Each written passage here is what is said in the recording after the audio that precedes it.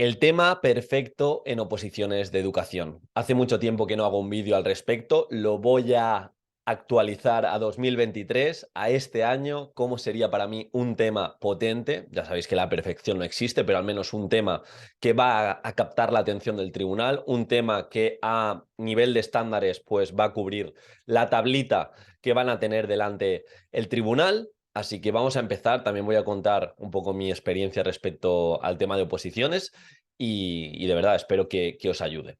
Primero de todo, hablar de la forma, es decir, cuántas palabras, cuántas caras es lo mejor para el tema. Como siempre digo, depende mucho de la persona y por decir una fórmula, entre comillas, mágica, menos de 2.500 palabras, no. Yo intentaría estar por encima mínimo de 2.000 palabras. Y conozco todo tipo de casos. Gente que con muy pocas carillas ha sacado un 8 o más. Gente como es mi caso, que rellené el día del examen 23 carillas y saqué un 10. De hecho, yo estoy bastante orgulloso con el desempeño que tuve en esta prueba, ya que la clavé, al menos a ojos del tribunal.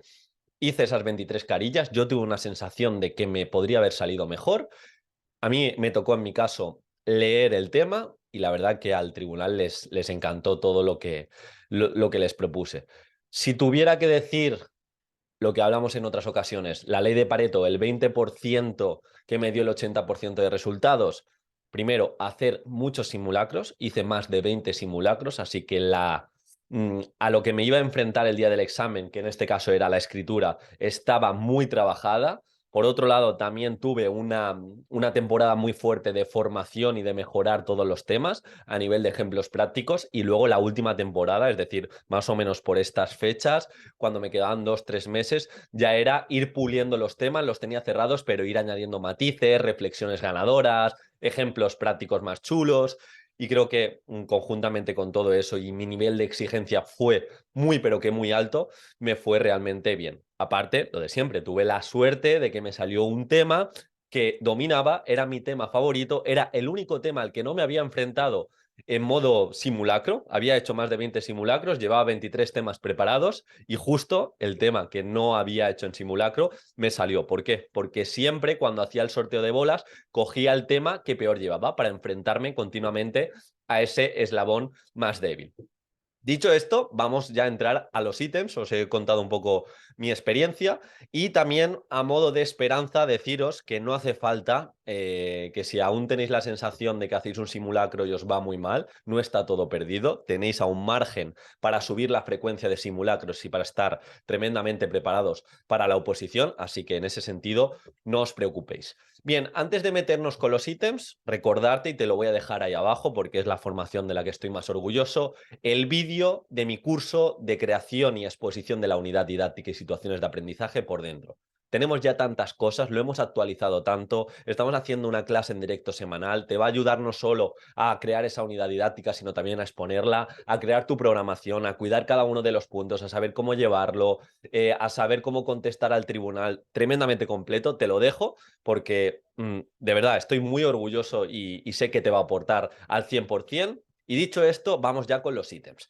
Primero, lo más importante, no tenemos que perder la esencia del tema, que nos va a evaluar a nivel conceptual, a nivel de teórico. Entonces, tenemos que demostrar como docentes que tenemos conocimientos académicos altos, conocimientos científicos profundos. Hemos de cubrir a nivel conceptual lo que nos pide cada epígrafe. Hemos de cubrir también a nivel de clasificaciones, de propuesta práctica, pero siempre antes toda la teoría que nos pide el título del tema tiene que estar cubierto. Diego, es que a mí los temas teóricos me aburren, prefiero volverlos pragmáticos. Perfecto, pero la teoría tiene que estar, porque el tema en su esencia es teórico. Entonces, esto lo hemos de tener en cuenta y también está relacionado con que lo podemos actualizar a nivel de bibliografía, a nivel de una bibliografía actualizada, una evidencia al respecto que pueda sustentar nuestras prácticas, siempre estar un poco actualizados al respecto. Luego, algo muy importante que en ocasiones se descuida y cuenta mucho, quitando las comunidades que se leen, que cada vez es menos, de hecho en Comunidad Valenciana ya no se lee el temario, es la perfección visual. Me refiero a corrección, me refiero a márgenes, tachones, marcas, interlineados, sangrías, páginas numeradas. Lo tengo que entrenar, lo tengo que entrenar. Diego, ¿y qué pasa si me dejo una hoja en blanco al principio, hago una portada y me dejo también una hoja en blanco al final? ¿O me dejo un espacio al final para que haga un salto de párrafo? No. Si nosotros estamos abogando por sostenibilidad, todo esto de la Agenda 2030, si no damos ejemplo práctico, el tribunal incluso puede decir que es un poco irónico, ¿no? Entonces, tengo que entrenar cuando haga simulacros, no solo la parte de contenidos, que es la más importante, sino la perfección visual, cada vez un poquito mejor. ¿Y eso cómo se entrena, Diego? Pues intentando escribir cada día, intentando escribir y de manera deliberada, es decir, no pegándote cabezazos contra la hoja, sino tú también analizarte, observar cuáles son las letras que menos se entienden, cuáles son las palabras que menos se entienden y en el siguiente simulacro darle la vuelta. Me acuerdo que a mí las As, las Es, las Rs en ocasiones se podían confundir con la N. Pues me fijaba y cuando me tocaba escribir de nuevo lo mejoraba. Y yo imposté mi letra, de hecho, el día del examen, el día del examen bueno, porque ya había practicado mucho. Y de nuevo, cuando yo me autoevalúe como opositor, me voy a marcar lo que se me ha olvidado, pero también me voy a evaluar a nivel de perfección visual, márgenes, incluso una pequeña sangría cuando empieza el primer párrafo, un interlineado que dé pie y que ayude a ser leído, porque quieras que no, condiciona. Y obviamente a nivel de corrección de ortografía, por favor, que ahí sí que nos pueden quitar bastantes puntos. Algo también que puede ser diferenciador es que nosotros pongamos el título bien legible, hagamos el índice y ese índice puede estar numerado. Podemos numerar las páginas y en la primera hoja, cuando ponemos el índice, hacer alusión a las hojas correspondientes. Por ejemplo, introducción, página 1, conclusión, página 2, referencias bibliográficas, página 3. Y de esta forma estoy seguro que va a ayudar y va a darle esa perfección visual que buscamos en cuanto al temario. Luego al principio, ya sabéis, os recomiendo una introducción potente, una introducción chula, un porcentaje de introducción que responda a vuestra identidad docente, que responda al por qué sois docentes o por qué habéis elegido vuestra especialidad y siempre un porcentaje de esa introducción a la justificación y a la importancia del tema. Ese tema, ¿por qué es importante dentro de vuestra especialidad? Y una vez que lo hemos destacado, hacer algún apunte bibliográfico, alguna cita, alguna pregunta retórica que te pueda representar como docente. De hecho, en la formación ya sabéis que el primer ejercicio que hacemos es el por qué, nuestra identidad docente, qué es lo que queremos conseguir más allá de contenidos de saberes básicos con nuestra presencia en el aula. Para mí era muy importante el pensamiento crítico. La cita de referencia que iba a introducir, si lo que te enseña la escuela está en Google, quiere decir que no te aporta nada. Puede ser un poco extremista, pero yo esto lo comparaba o hacía una analogía con la importancia de fomentar la autonomía y también ese pensamiento crítico. Así que gastad tiempo en hacer un porcentaje de introducción que os represente, luego siempre justificación del tema, y esto lo que podemos hacer es coger bloques de temas y decir, este conjunto de temas siempre voy a poner una reflexión en cuanto a inclusión. Yo me acuerdo, más de cara al supuesto práctico, si me ponían un supuesto práctico muy cargado respecto a inclusión, respecto a atención a alumnado con necesidades específicas de apoyo educativo, pues yo tenía una reflexión al respecto. Algo más enfocado a evaluación, lo mismo. Podemos tener reflexiones para 4, 5, 6 cosas y dependiendo de lo que nos salga, hacer alusión a ello. Luego ya vendría la justificación legislativa, es decir, a lo largo, cuando yo redacto el tema, en qué me estoy basando a nivel legislativo y en las oposiciones incluso. Entonces puedo responder en las primeras líneas a la orden de convocatoria y luego ya dentro sí que haría, después de esa justificación, hacer alusión pues, a las leyes vigentes, LOE, LOMLOE, si quieres Real Decreto. Y yo personalmente sí que recomiendo en propuesta práctica hacer alusión y cuantos más ejemplos y de forma más concreta a nuestro propio decreto, si estamos en Andalucía, a la instrucción que nos representa en el curso escolar vigente. Entonces, en ese sentido, tengo que prepararme unos buenos temas y la introducción y la conclusión pues van a pesar bastante. Si nosotros, que son cosas que tampoco cuestan tanto, pero las cuidamos y las podemos controlar, ese envoltorio a nivel de perfección visual, ese título, ese índice numerado, esas primeras líneas que hagan pensar al tribunal, el introducir la legislación de manera concreta. Me voy a basar en el Real Decreto. No, en el Real Decreto el objetivo general que representa mi asignatura es tal. Ya estoy diciendo algo mucho más específico. En el decreto voy a hacer alusión a este criterio de evaluación en concreto relacionado con la propuesta práctica de dicho tema. Pues ya va a ser mucho más específico.